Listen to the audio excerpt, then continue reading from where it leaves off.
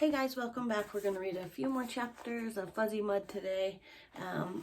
Today I'm going to be reading chapters 16 and 17. Yesterday when we left off, Tamaya was in class and realized that the rash on her hand had gotten a lot worse and it was bleeding. And her friend noticed it and her teacher saw her. So this is Wednesday, November 3rd at 10:15 a.m.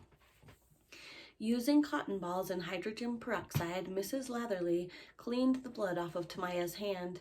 "You mustn't scratch at it," she admonished. "I didn't," said Tamaya. "The more you scratch, the worse it will get," said Mrs. Latherley. "It will just cause the rash to spread. Plus, any time you break the skin, there's the possibility of infection." "I didn't scratch it," Tamaya repeated. She was seated in a plastic chair in an alcove inside of the office. The alcove contained the office printer and the coffee maker. The medical supplies were on the next shelf next to the printer. Mrs. Latherley spent most days answering phones or working on a computer, but whenever anyone got sick or needed first aid, she was the person to see. "Maybe I rubbed it a little," Tamaya admitted, "but it doesn't itch. It feels tingly. You know, like when your hands are really cold and then you stick them under warm water. The way they get all prickly, that's how it feels." "Uh-huh," Mrs. Latherley said as she took a first aid box off of the shelf, but Tamaya didn't think that she was really listening. She watched Mrs. Latherley unlatch the lid and then take out various tubes, read the labels, and put them back. Tamaya really wished that Mrs. Latherley would hurry. She still hoped that she could get back to class in time to finish her journal entry. In her mind, she imagined Hope and Jason and Monica were all taking turns reading their how to blow up a balloon instructions to Miss Filbert. She could see the balloons flying out of their teacher's mouth and jetting in circles around the room while everyone laughed. "It isn't fair," she thought. "Why do I always have to miss out on all of the fun stuff?" It seemed to be that way all the time. She had missed Hope's limousine birthday party because it had been her weekend to be in Philadelphia, and then Katie, her only sort of friend in Philadelphia, had invited her to go horseback riding in the country with her and her family, but that too had been on the wrong weekend. Mr. Franks, the assistant headmaster, stepped into the alcove. "Hi, Tamaya," he greeted her. "You're not sick, are you?" "No, just a rash." "Good. We don't want to ruin your perfect record." He winked at her. Tamaya could feel her face get warm, and she tried very hard not to blush. All of her friends agreed that Mr. Franks was movie star handsome. Summer swore that he had a tattoo on the back of his neck, which was why he always wore a jacket and a tie. Summer didn't know what the tattoo was, but it was definitely something inappropriate. If Mrs. Thaxton found out about it, he would be fired. Mr. Franks bent down to pour himself a cup of coffee, and Tamaya tried to get a peek at his neck. She couldn't see anything. She doubted he really had a tattoo. After all, how could Summer know about it, and not Mrs. Thaxton? "Hold out your hand," said Mrs. Latherley. Tamaya waited for Mr. Franks to leave the alcove. She didn't want him to see her ugly rash. "I tried some of my mother's hand cream," she told Mrs. Latherley. "It didn't work." "This will," Mrs. Latherley assured her. As Mrs. Latherley applied the ointment, Tamaya read the label on the upside-down tube. "Hydrocortisone 1%. She took heart in the words. "Maximum strength." "Do you have any pets?" Mrs. Latherley asked. "Cooper, my dog." "Do you think it might be an allergic reaction to Cooper?"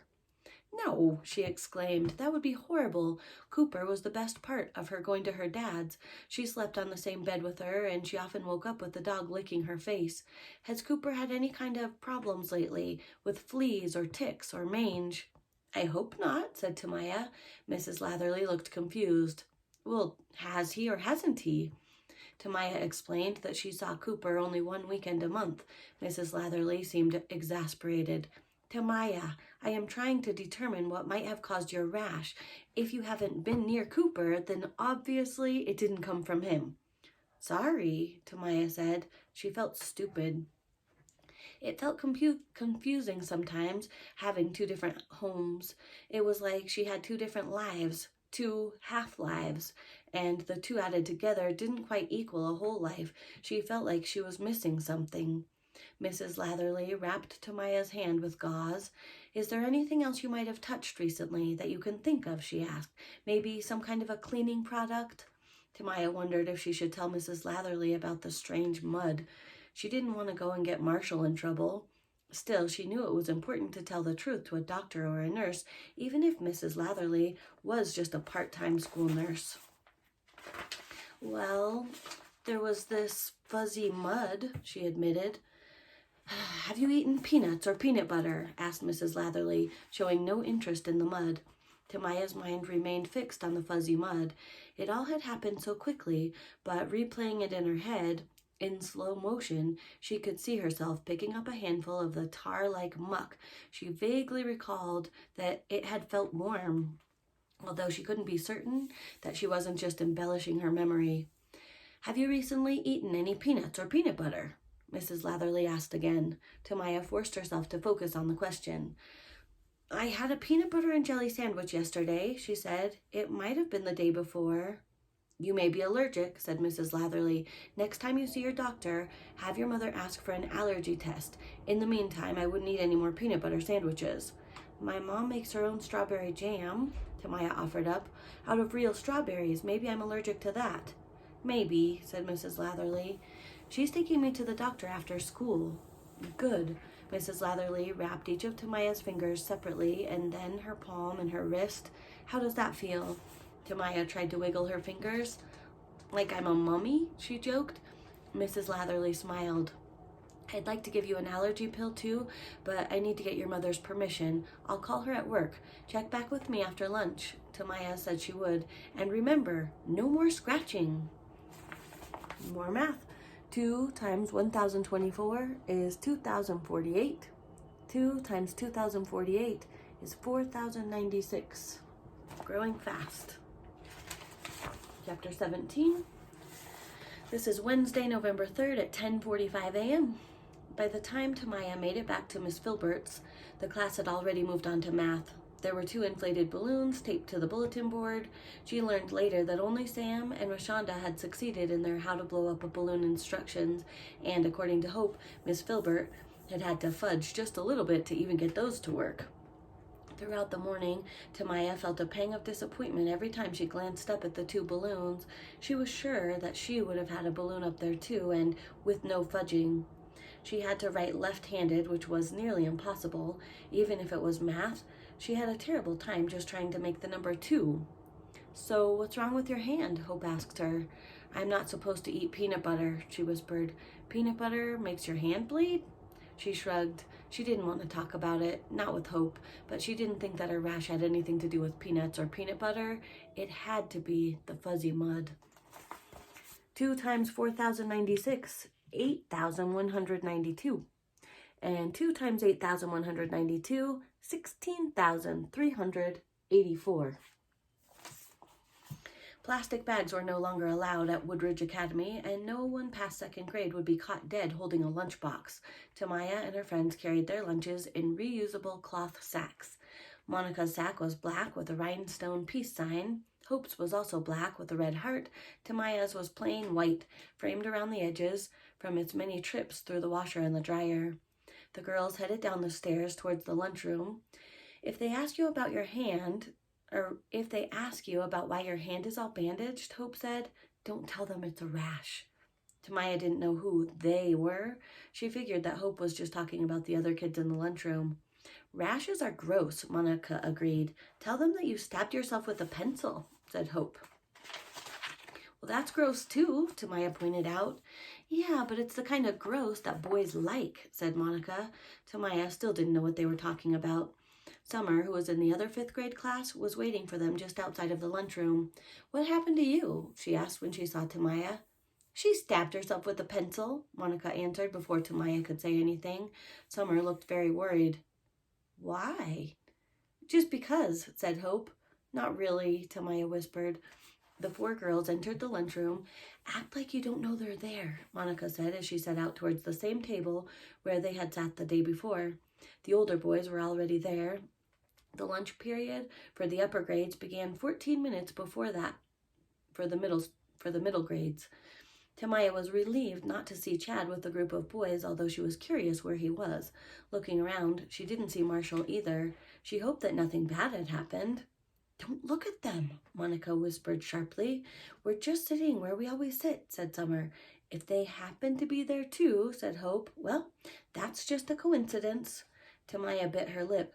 She wondered when her friends had decided that they would sit next to boys again. Or maybe they hadn't talked about it. Maybe it was just one of those things that she was just supposed to know. The girls stepped over the benches and sat down at the table without even glancing at the boys. Tamaya kept her eyes down. What happened to her? Asked one of the boys. Summer turned. Oh, hi, she said, as if she was just noticing that the boys were there. Tamaya stabbed herself with a pencil, said Monica. Then she smiled at the boy. It went right through her hand, said Hope, in one side and out the other. Cool. Tamaya examined the contents of her lunch, and she didn't look up. She knew they were all staring at her. If she could have, she would have crawled back inside of her sack, or right inside of her sack. Didn't it hurt? Asked the boy next to her. Tamaya's heart was beating very fast, and she just continued to concentrate on her lunch. She had a sandwich, a juice box, and a granola bar, and a container of sliced fruit. Of course it hurt, said Summer. What do you think? The boy touched Tamaya's other arm, just above the elbow. Why? He asked. It took all of her courage to turn and look at him. Why not? She replied. The boy continued to stare. He was obviously very impressed. She smiled. At least nobody thought she was a goody two-shoes anymore. So, did you guys hear about Chad? Asked one of the other boys. Tamaya felt as though she had been jolted by 1,000 volts of electricity. What about Chad? She asked. He's gone, said the boy next to her. He's been missing since yesterday afternoon, said another. He never made it home. All the boys were talking at once. The police are looking for him. He's probably in jail somewhere. He had already stolen like 10 cars. Tamaya's head was spinning. Again, she looked around the lunchroom for Marshall. If he was in jail, then wouldn't the police know where he was? Asked Hope. Not if he didn't tell them his name.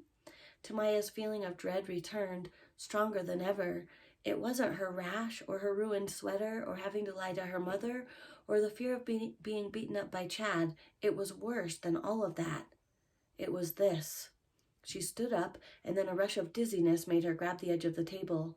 Are you all right? Asked Summer. Taking her lunch, she nearly fell over the bench as she stepped away from the table. She had to go find Marshall. Where are you going? Asked Monica. As she moved through the lunchroom, desperately looking for Marshall, she could hear different groups of kids all talking about Chad. He climbed up on top of the school, and he is trapped up there, and he can't get down. He joined a motorcycle gang, and he's on his way to Mexico. He got into a knife fight, and he's lying in some hospital with amnesia. He can't even remember his name. Everybody seemed to think that whatever had happened to Chad, it had been his own fault. He was a bad kid, and bad kids do bad things, and then bad things happen to them. Nobody suspected that it was a good kid who was really to blame. A goody two-shoes with perfect attendance who had done only one bad thing in her whole entire life. Tamaya went down the hall and she pushed open the door. She felt a welcome blast of cold air. She took a deep breath as she looked out past the soccer field into the woods. Chad was out there somewhere. She was sure of it. How else could she and Marshall have gotten away from him so easily?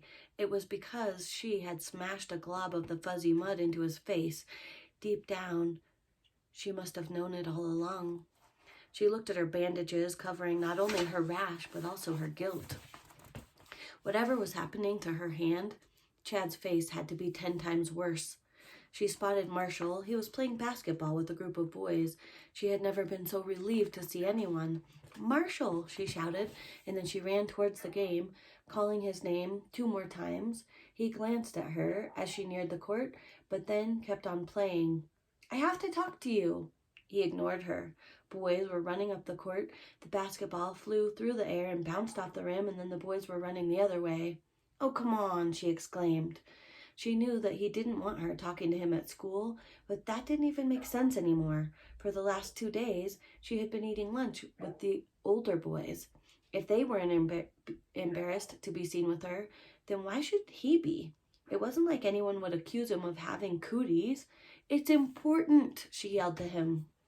Someone threw the ball. He caught it and took a quick look at her, and then dribbled twice and passed it to someone else.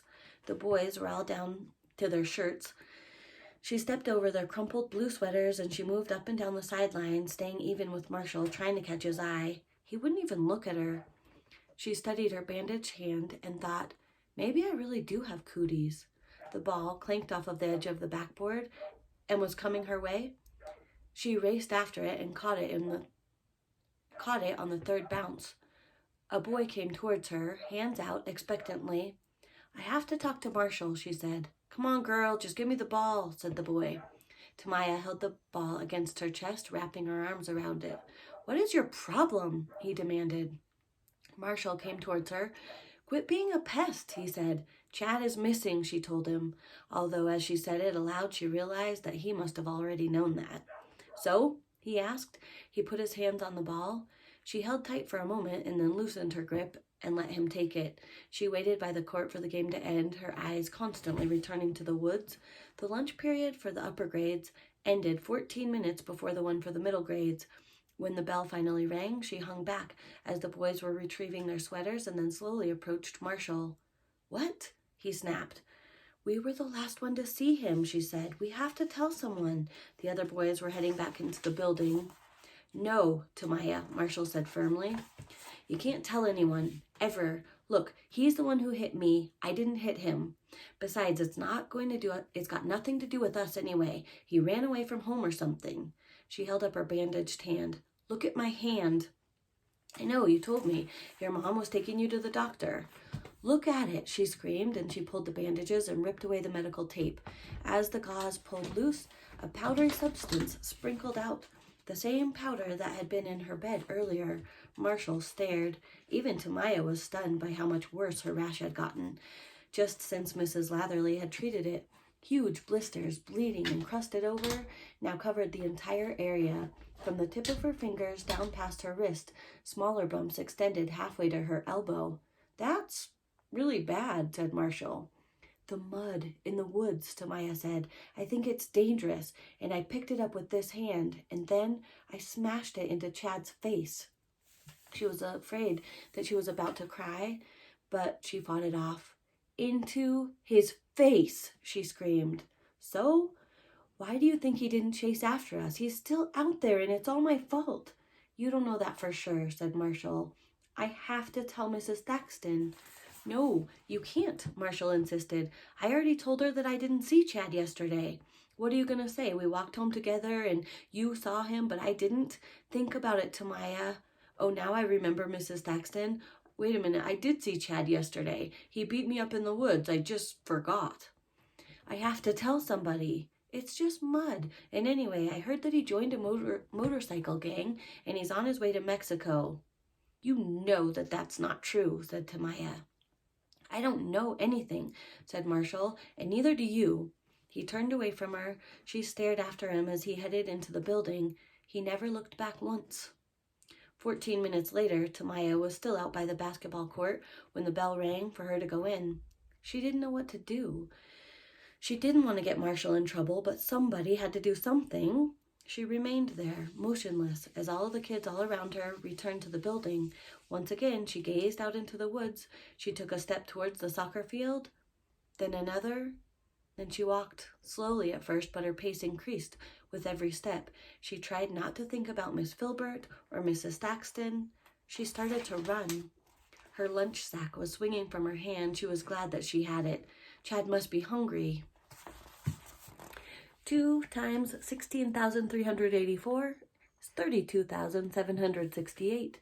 2 times 32,768, 65,536. All right, we'll read some more tomorrow. Have a good night.